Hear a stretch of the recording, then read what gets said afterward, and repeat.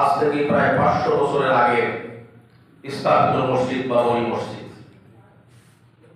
মোগল সাম্রাজ্য যে প্রতিষ্ঠা করেছিলেন বাদশাহ বাবর, যার নাম জহিরউদ্দিন, কিন্তু বাদশাহ সম্রাট বাবর নামে তিনি প্রসিদ্ধি লাভ করেছিলেন। এই সম্রাট বাবর, তার আমলে এই মসজিদ স্থাপিত হয়, নির্মিত হয়।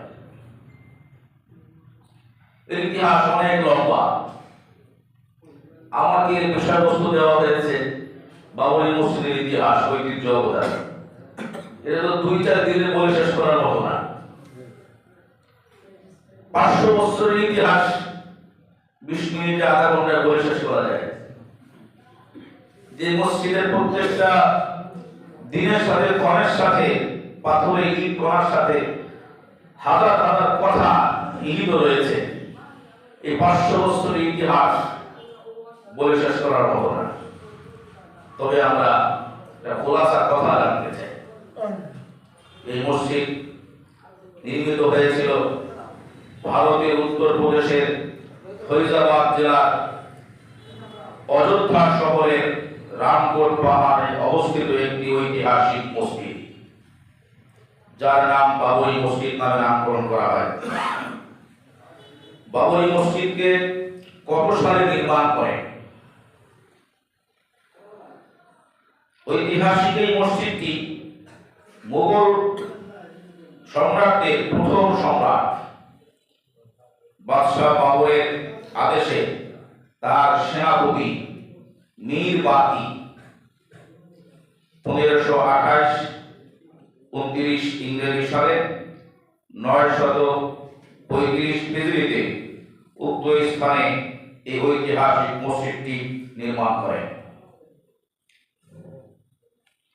এখন আমাদের কিছু জানার বিষয়, সম্রাট বাবর কে ছিলেন? বাবরের কিছু পরিচয় না জানলে তো হবে না। সংক্ষিপ্তভাবে তার পরিচয় যদি আমরা তুলে ধরতে চাই, এবং তার সেনাপতি মীর বাকি যিনি প্রতিষ্ঠা করেন, তিনি কে ছিলেন? সম্রাট বাবর এর পূর্ণ নাম মির্জা জহিরউদ্দিন বাবর। তিনি ছিলেন মধ্য এশিয়ার একজন বিখ্যাত মুসলিম সম্রাট এবং মুঘল সাম্রাজ্যের প্রতিষ্ঠাতা। তিনি বাবর নামে অধিক পরিচিত ছিলেন।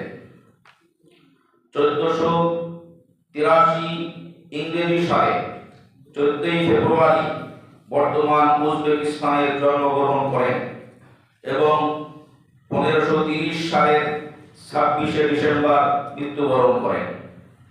তিনি তৈমুর লংয়ের 6ষ্ঠ বংশধর এবং তৈমুরীয় আমির মিরর শাহের মাধ্যমে তার বংশের ধারা প্রবাহিত হয়েছে এবং মাতার দিক থেকে চেঙ্গিস খানের বংশধর ছিলেন। তিনি মির্জা ওমর সাইদ, তার পরিচিত নাম হল ওমর শেখ মির্জা, তার পুত্র ছিলেন। তিনি পানিপথের প্রথম যুদ্ধে দিল্লির লোদিরাজ বংশের শেষ সুলতান ইব্রাহিম লোদিকে পরাজিত করে দিল্লি দখল করেন এবং মোগল সাম্রাজ্য প্রতিষ্ঠা করেন। তার মৃত্যুর পর তার পুত্র মির্জা হুমায়ুন সিংহাসনে আরোহণ করেন। তার সেনাপতি মির্জা বাকি, তিনি কে ছিলেন? তার নাম বাকি তাশকান্দি, যিনি মীর বাকি নামেও পরিচিত লাভ করেন। তিনি ছিলেন প্রথম মুঘল সম্রাট বাবরের রাজত্বকালে তাশখান্দের, যেই এলাকাটা বর্তমানে আধুনিক উজবেকিস্তানে এই নামে রূপান্তরিত হয়েছে, একজন মুঘল সেনাপতি বাদশাহ বাবরের আমলে।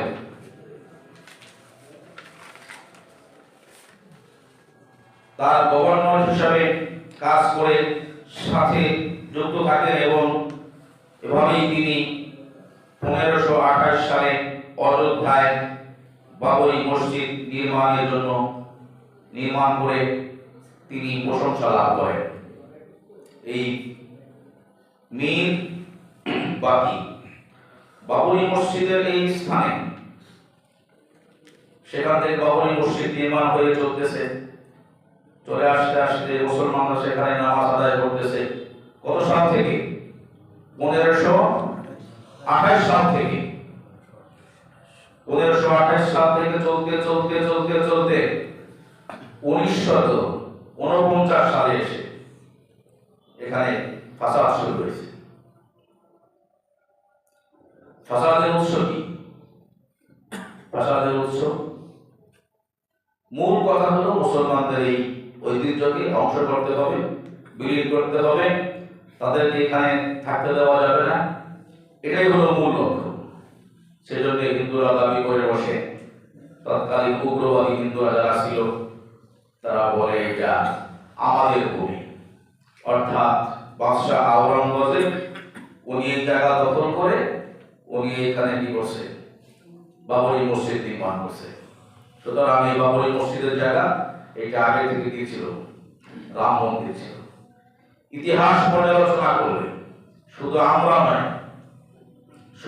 নয়, আমরা যারা পক্ষ, এখন মুসলিম আমরা একটা পক্ষ না, হিন্দুরা একটা পক্ষ। আমরা যদি আমাদের মতন করে বলি, ওরা ওদের মতন করে যদি বলে, তাহলে তো মানুষ মনে করতে পারে শব্দ হলেও তাদের পক্ষে এটা তো তারা ভালোই করবে।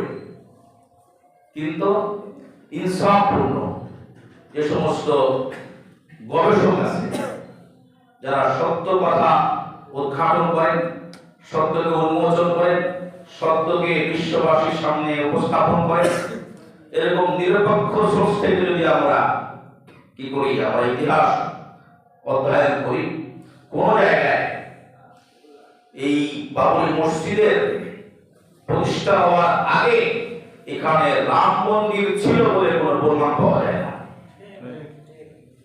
শুধু কি পাওয়া যায়? কিছু উগ্রবাদী হিন্দুদের একটা দাবি পাওয়া যায়।